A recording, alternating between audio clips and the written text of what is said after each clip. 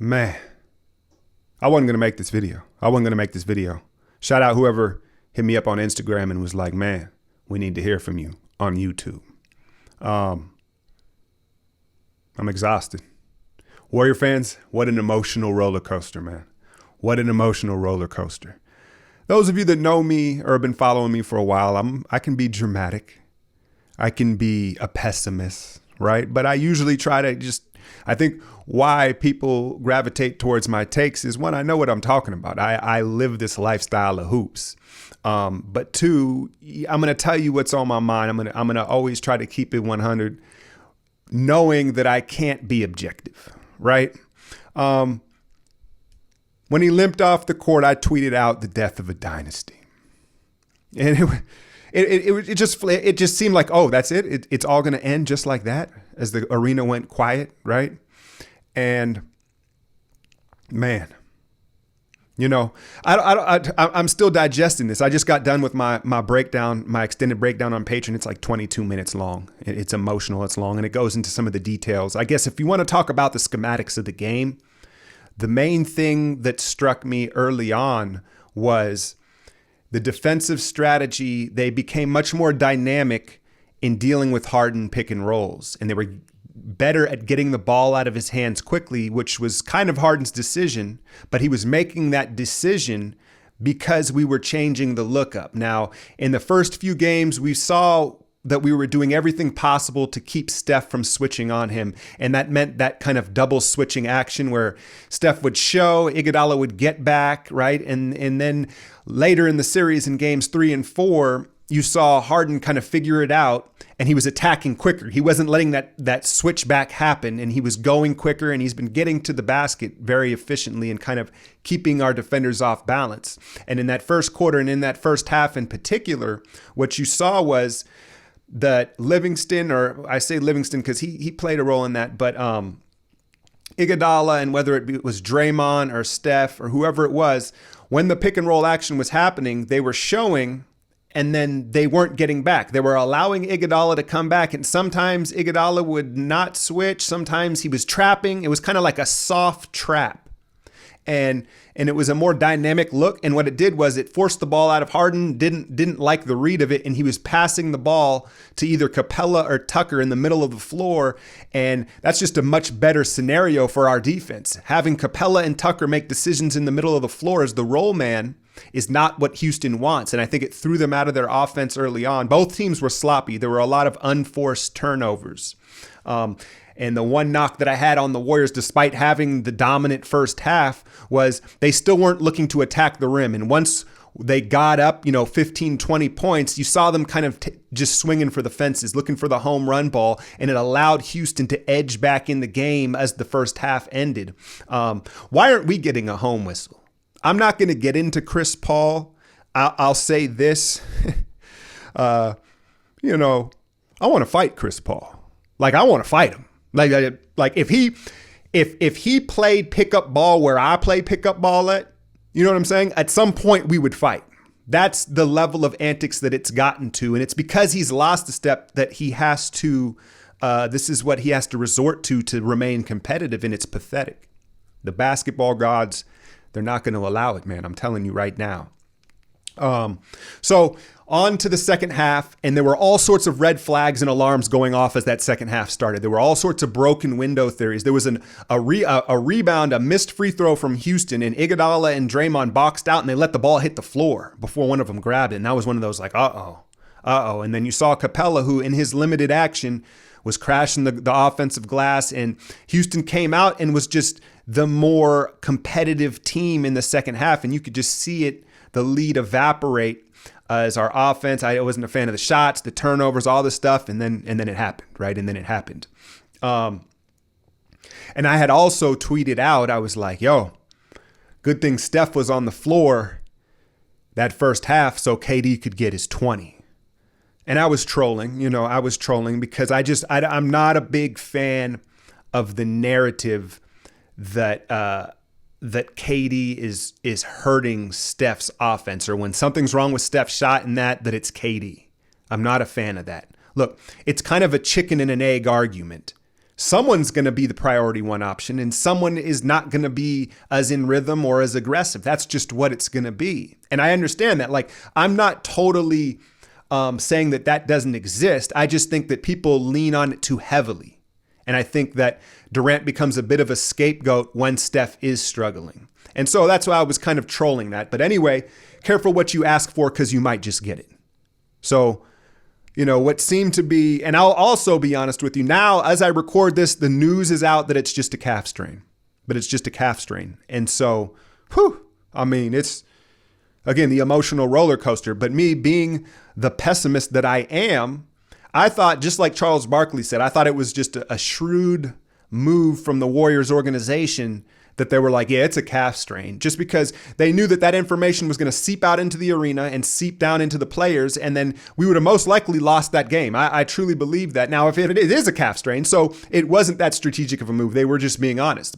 But I thought that even if it was an Achilles, that they were smart to just diagnose it as a calf strain until the MRI came, just so the morale wasn't just crushed out of the players for that fourth quarter, because it paid off, right? It paid off regardless. But you saw, okay, Steph got going. What did he have? 12, 13 points in the fourth quarter. And we saw the chef cook. And he was forced to be the alpha, right? And it was like, all of a sudden, it was like, you need me. You need me. We all just want to be needed, right? It's a human instinct. We all just want to be needed. Just ask Aisha. I'm going to leave that alone.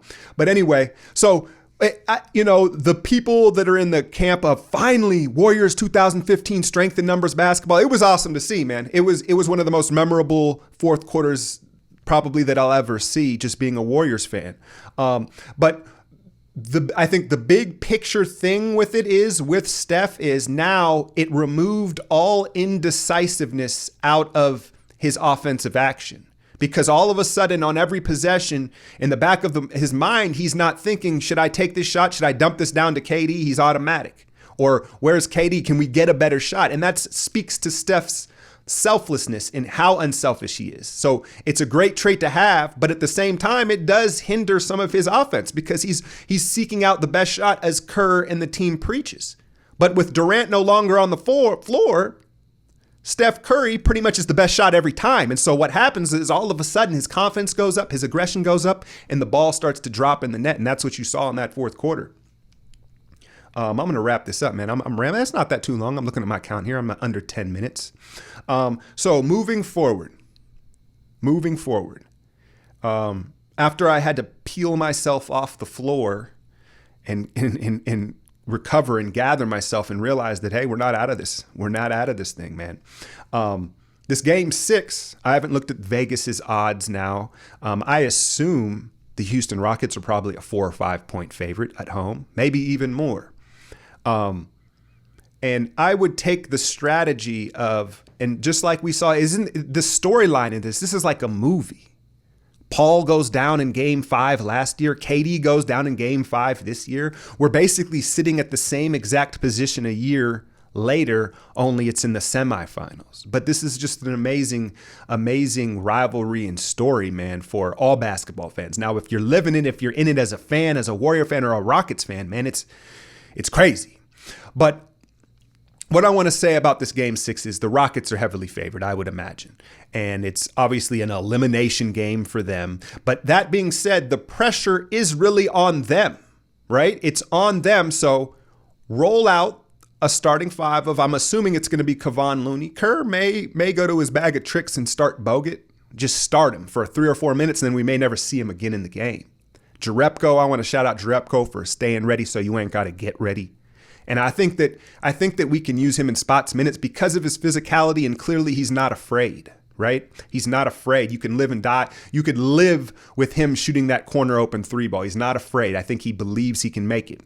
So I think he's going to start Looney in KD's spot here, and you roll out, and you never know. Houston, if the threes aren't dropping, the pressure builds, and who knows, man? It would be devastating to close them out in that game 6. Do I expect it to happen? I don't. I don't expect it to happen. And so I guess what I want to say is at a certain point in this game 6, if it starts to get away from the Warriors, we talk about the minute count, the depth, and the physicality of this series. Is there a certain point where Steve Kerr kind of waves the white flag in this game 6 in Houston on Friday night and just says, all right, we'll see y'all at Oracle on Sunday. We'll see y'all at Oracle on Sunday. And so I think that needs to be in the back of their minds, and that's what I expect. Kind of like what you saw with Portland in that game, was it game 5 the other night in Denver, where Denver rolled them. But I think a part of Denver rolling them was Portland was like, all right, we'll just see you back in Portland for game 6. We'll see. At a certain point, they were like, all right, we're not going to waste any more energy in this game. So I don't know if that will come into play in this game 6 with the pressure that's on Houston. So that would take me to game 7, Oracle Arena, Sunday afternoon. I believe Durant, I guess I haven't covered this in the video, so it's a right calf strain, and I believe he will be reevaluated in a week. So he's not playing in the series, which was pretty obvious, but I thought I'd bring that up. So I think that and I've brought this up several times in videos throughout the years, I'm a subscriber of the Ewing theory. And someone tried to hop on here and correct me about the shit. I know what I'm talking about. No, you were wrong. Anyway, the Ewing theory of when you lose a star player for a small amount of time, your team can actually be better because everybody elevates their play. And that's what you saw in that fourth quarter, right? I think, hot take for you, I think if Durant doesn't go down, we lose that game 5. That's where it was headed. That was the wake-up call they needed. And all of a sudden, I thought you saw them be able to just play basketball. And what I think that the Warriors are going to thrive in these final 2 games of this series, you see, it could just be one. I take that back. But in the remainder of this series, I should say, is for all of a sudden, for the first time in 4 years, the Warriors are kind of the underdog. All of a sudden, that pressure of expectations to win and dominate is gone. And we remember when this run began, the strength in numbers mantra, they loved being the underdog. And then all of a sudden, when Durant came, now they're sitting atop the throne, and they turned heel. Now they were the evil empire. And you've seen that emotionally wear on this team for the better part of 2.5 seasons. And so now, flipping the script, kind of being the underdog, I expect them to perform very well. And I expect, like what I said with Steph Curry, of all of a sudden understanding that he is option 1 and he is the best shot on the court most of the time. I expect the Warriors to win the series in 7. That's what I think. I know I've been rambling here and y'all want to know my picks. I'm getting to it. That's my pick. I think it's going to be tough. Game 6, Houston will take care of business. But to try to go into Oracle Arena on a game 7 and what would be the last game ever at Oracle Arena for Draymond Green, Steph Curry, and Klay Thompson, good luck trying to close them out. Good luck trying to do that. So my pick is Warriors in 7. Moving on to the next round, to the conference finals, I think Denver is going to take care of Portland. Eventually, the Nurkic injury loss has been too much. You see Dame is wearing down. I'm not going to give you a prediction in that series, and who knows, we don't know where Durant will stand. But right now, focusing on this series, Warriors in 7. Hit that like, share, and subscribe. I'm out, Joe.